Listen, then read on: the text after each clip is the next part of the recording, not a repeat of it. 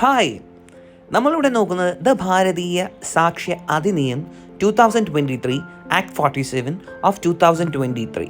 ഇത് റിപ്പീൽ ചെയ്തത് Indian evidence act 1872-നെയാണ്. അപ്പോൾ ഇന്ത്യൻ എവിഡൻസ് ആക്റ്റുമായിട്ട് BSA പരിശോധിക്കുമ്പോൾ ഒരുപാട് മാറ്റങ്ങൾ വന്നിട്ടുണ്ട്. നമ്മൾ ആഗ്രഹിച്ചിരുന്നതായ മാറ്റങ്ങൾ, ആ മാറ്റങ്ങളെ ഒന്ന് പരിശോധിക്കാം. നമ്മളെ ഒരു കക്ഷി ഒരു കേസുമായി സമീപിക്കുമ്പോൾ അവൻ്റെ കയ്യിലൊരു മൊബൈൽ ഫോൺ ഉണ്ടാവും. അവൻ പലതരത്തിലുള്ള കേസിനെ സഹായിക്കുന്നതായ വീഡിയോകൾ, ഓഡിയോകൾ ഇതെല്ലാം എൻ്റെ കയ്യിലുണ്ടെന്ന് ഘോരം നമ്മോട് അഭിഭാഷകൻ എന്നുള്ള നിലയിൽ പറയാറുണ്ടല്ലേ. എങ്കിൽ പലപ്പോഴും ഇത്തരത്തിലുള്ള ഓഡിയോ റെക്കോർഡ്സ്, വീഡിയോ റെക്കോർഡ്സൊക്കെ തെളിവിലേക്ക് പരിഗണിക്കപ്പെടുന്നത് പരിങ്ങല്ലാണ് എന്നിരിക്കെ BSA അതിനൊരു ഉത്തരവുമായി വന്നിരിക്കുന്നു. ഡോക്യുമെൻ്റ് എന്നത് നമ്മുടെ ഇന്ത്യൻ എവിഡൻസ് ആക്റ്റിൽ ഡോക്യുമെൻ്റ് എന്ന് പറയുമ്പോൾ അതിൽ കൃത്യമായിട്ട് പറഞ്ഞാൽ ഏതെങ്കിലും മാപ്സും അല്ലെങ്കിൽ ഏതെങ്കിലും തരത്തിലുള്ളതായ റൈറ്റിങ്സും കാരിക്കേച്ചേഴ്സും അതൊക്കെയാണ് അതിൻ്റെ ബ്രോഡ് മീനിങ്ങിൽ വരിക. ഒരിക്കലും അതിൽ നമ്മുടെ ഇലക്ട്രോണിക് റെക്കോർഡ്സ് ഡോക്യുമെൻറ്റ്സിൻ്റെ ഡെഫിനിഷനിൽ ഉണ്ടായിരുന്നില്ല. എന്നാൽ BSAയിൽ വരുമ്പോൾ ഇനി മുതൽ ഇലക്ട്രോണിക് റെക്കോർഡ്സും ഡോക്യുമെൻ്റാണ്. അതിനർത്ഥം എന്താ? ഓഡിയോ വീഡിയോ റെക്കോർഡ്സ് നമുക്കൊരു ഡോക്യുമെൻ്റായിട്ട് മാർക്ക് ചെയ്ത് പ്രൊഡ്യൂസ് ചെയ്യാം. അതിനോടൊപ്പം തന്നെ പ്രൈമറി സെക്കൻഡറി എവിഡൻസ് എന്ന് പറയുമ്പോൾ ആ ഡോക്യുമെൻ്റ് ഇറ്റ്സെൽഫ് ആയിരുന്നു പ്രൈമറി എവിഡൻസ് എങ്കിൽ ഇനി മുതൽ ഇലക്ട്രോണിക് റെക്കോർഡ്സും വീഡിയോ റെക്കോർഡിങ്സും എല്ലാം പ്രൈമറി ഡോക്യുമെൻ്റായിട്ട് നമുക്ക് പ്രൊഡ്യൂസ് ചെയ്യാം, അല്ലെങ്കിൽ പ്രൈമറി എവിഡൻസ് ആയിട്ട് പ്രൊഡ്യൂസ് ചെയ്യാം.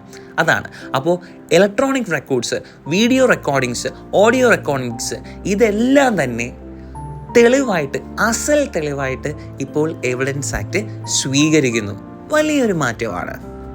ഓറൽ എവിഡൻസ് ഒരു സാക്ഷി കോടതി മുമ്പാകെ ഫാക്റ്റിൻ ഇഷ്യൂവിനെ സംബന്ധിച്ച്, റെലവൻറ്റ് ഫാക്റ്റിനെ സംബന്ധിച്ച് നൽകുന്നതായ സ്റ്റേറ്റ്മെൻറ്റ് ഇൻ പേഴ്സൺ ആണ് ഓറൽ എവിഡൻസ് എങ്കിൽ ഇത്തരത്തിൽ BSA വന്നതുവഴി ഓറൽ എവിഡൻസ് എന്നതിൽ ഇനി മുതൽ ഇലക്ട്രോണിക് മീൻസിൽ ടെസ്റ്റിഫൈ ചെയ്യുന്ന സ്റ്റേറ്റ്മെൻറ്റുകളും വരും.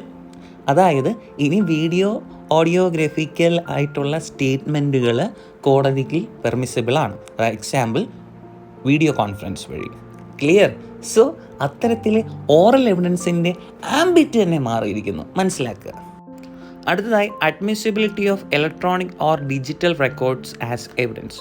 നോക്കൂ, നമ്മളിപ്പോൾ ഡോക്യുമെൻ്റായിട്ട് കൊടുക്കുന്നത് എന്താ? ഒരു കടലാസിൻ പുറത്ത് ഏതോ ഒരു മാറ്റർ രേഖപ്പെടുത്തിയിരിക്കുന്നു, എക്സ്പ്രസ് ചെയ്തിരിക്കുന്നു. അതല്ലേ ഡോക്യുമെൻ്റായിട്ട് നമ്മൾ കൊടുക്കാറ്. എന്നാൽ ഇനി മുതൽ ഏതെങ്കിലും തരത്തിലുള്ള magnetic or semiconductor memory ഡിവൈസുകളിൽ രേഖപ്പെടുത്തിയിരിക്കുന്നതായ മാറ്ററുകൾ, ഉദാഹരണം CD-യിൽ റൈറ്റ് ചെയ്തിട്ടുള്ളതായ ഒരു മാറ്റർ, അല്ലെങ്കിൽ ഇമെയിൽ റെക്കോർഡിലുള്ളൊരു മാറ്റർ, അല്ലെങ്കിൽ ഒരു സ്മാർട്ട് ഫോണിൽ ഉള്ള ഒരു മാറ്റർ, അത്തരത്തിൽ പേപ്പറിലുണ്ടായിരുന്നത് മാത്രമല്ല ഇനി ഡോക്യുമെൻ്റ്, സ്മാർട്ട് ഫോണിലുള്ളതൊരു ഡോക്യുമെൻ്റ്, ഇമെയിലുള്ളതൊരു ഡോക്യുമെൻ്റ്, CD-യിലുള്ളത് ഡോക്യുമെൻ്റ്. അത്തരത്തിൽ എന്തിനുള്ളിലാണ് ഈ മാറ്റർ രേഖപ്പെടുത്തിയിരിക്കുന്നത് എന്നതല്ല. പേപ്പറിലാകാം, CD-യിലാകാം, മൊബൈൽ ഫോണിലാകാം, അത്തരത്തിലുള്ള ഇനി പുതിയതായിട്ടുള്ള ഹാർഡ് ഡിസ്കിലാകാം, ഏതിൽ വേണമെങ്കിലും ഈ മാറ്റർ രേഖപ്പെടുത്താം. ഇതെല്ലാം ഡോക്യുമെൻ്റിൻ്റെ പരിധി വരും. എന്ത് ബ്യൂട്ടിഫുൾ ആയിട്ടുള്ളൊരു മാറ്റമാണല്ലേ. സെക്കൻഡറി എവിഡൻസ് എന്ന് പറഞ്ഞാൽ എന്താ? ഒറിജിനൽ അല്ലാത്തതായ എന്തും, അതിൻ്റെ കോപ്പിയാകാം, അതിൻ്റെ സർട്ടിഫൈഡ് കോപ്പിയാകാം, അല്ലെങ്കിൽ ഒരു ഡോക്യുമെൻ്റ് കോണ്ടൻറ്റ് കണ്ട ഒരു വ്യക്തി കോടതിയിൽ വന്ന് ഡീപ്പോസ് ചെയ്യുകയാണെങ്കിൽ അത് സെക്കൻഡറി എവിഡൻസ് ആയിരുന്നു. എന്നാൽ സെക്കൻഡറി എവിഡൻസ് എന്നുള്ള ഒരു എവിഡൻഷ്യറി ഡോക്യുമെൻറ്റിൽ പുതിയ കുറച്ച് കോണ്ടൻറ്റും കൂടി വന്നിരിക്കുന്നു. അതെന്താ?